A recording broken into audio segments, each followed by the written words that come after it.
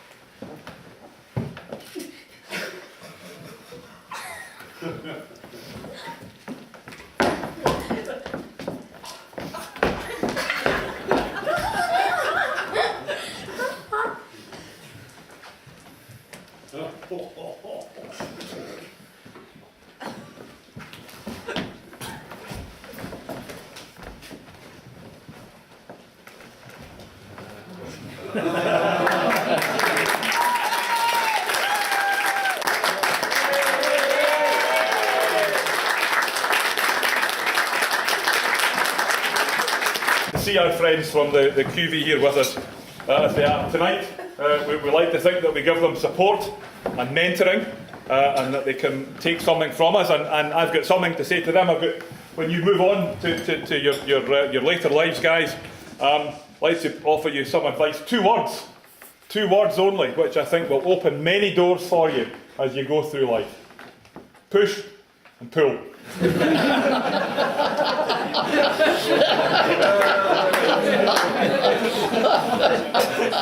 Young people are looking forward to Christmas, everybody is, but the young people in particular are looking forward to Christmas, so good news for insomniacs. Only 5 more sleeps until Christmas.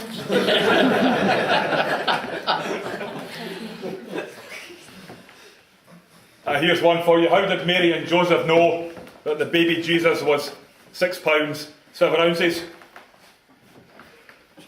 They're away in the manger.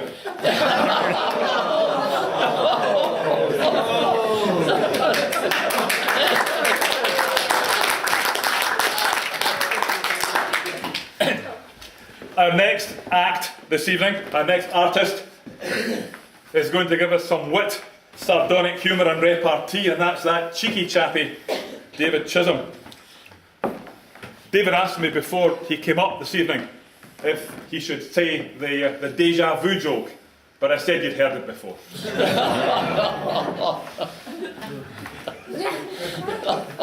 David was keen to participate in this evening's entertainment, not a man to distance himself from anything.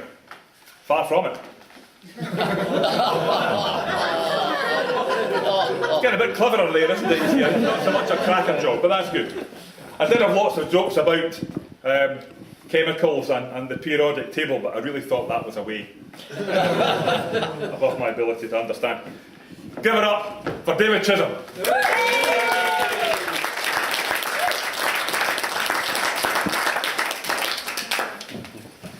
Oh goodness, I've got the stage to myself.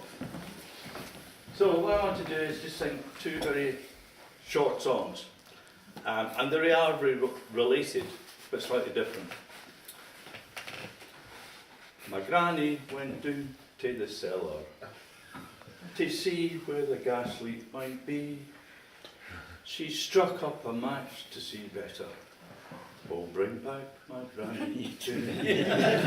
Bring back, oh, bring back, oh, bring back my granny to me, to me. Bring back, oh, bring back my granny to me. Thank you. Similar vein, slightly different. Young John was a dashing hussar. His officers said he'd go far. And go far he did when the stupid young kid in the powder shed lit a cigar. Tone again now. Back to the crackers. Santa Claus went speed dating. He pulled a cracker. But a bit of participation now, so you get to shout out the answers here. Why did nobody buy Dancer and Prancer on eBay? Two deer, that's exactly right. What's the most popular wine at Christmas? I don't like Brussels sprouts.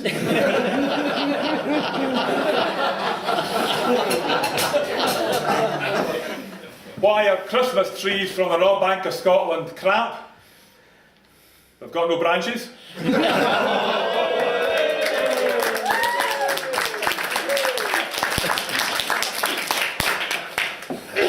I got an Advent calendar last week from the Jehovah's Witnesses. I opened the first door and there were two of them standing behind it.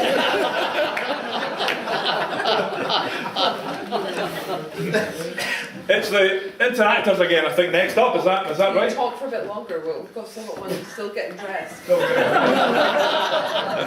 Talking for longer is not a problem, Shirley.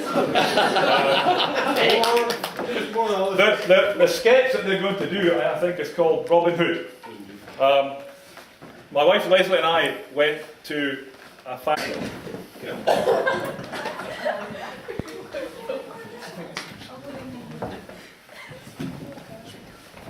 Here we go. This was actually written by a chap called Pat Cooksey, and it was sung by the Corries and the Dubliners, and it's actually called two things: the Bricklayer song, but I'm going to call it Sick Note. All right? We'll see how this goes. Dear sir, I write this note to you to tell you of my plight. For at the time of writing it, I'm not a pretty sight. My body is all black and blue, my face a deathly grey. And I write this note to say why I am not at work today. While working on the 14th floor, some bricks I had to clear. But tossing them down with such a height was not a good idea. The foreman wasn't very pleased, he is an awkward sod. And he said I had to cut them down the ladders in me hod. While clearing all these bricks by hand, it was so very slow. So I hoisted up a barrel and I secured the rope below. But in my haste to do the job, I was too blind to see that the barrel full of building bricks was heavier than me. And so when I untied the rope, the ladder fell like lead. And clinging tightly to the rope, I started up instead. I shot up like a rocket, and to my display I frowned. That halfway up I met the bloody barrel coming down. The barrel broke my shoulder as to the ground it sped, and when I reached the top I banged the pulley with my head. I clung on tightly, numb with shock, from this so mighty blow, when the barrel spilled out half its bricks, some 14 floors below. Now when these bricks had fallen from the barrel to the floor, I then outweighed the barrel and so started down once more. But I clung on tightly to the rope, my body racked with pain. And halfway down I met the bloody barrel yet again. The force of this collision halfway down the office block caused multiple abrasions and a nasty case of shock. But I clung on tightly to the rope as I fell towards the ground and landed on the broken bricks the barrel scattered round. Well, as I lay there on the floor, I thought I'd passed the worst, but the barrel hit the pulley and then the bottom burst. A shower of bricks rained down on me, and I didn't have a hope. As I lay there bleeding on the ground, I let go of the bloody rope. The barrel now being heavier, it started down once more. It landed right on top of me as I lay there on the floor. I broke 3 ribs and my left arm, and I can only say, I hope you'll understand that I will not be worked today.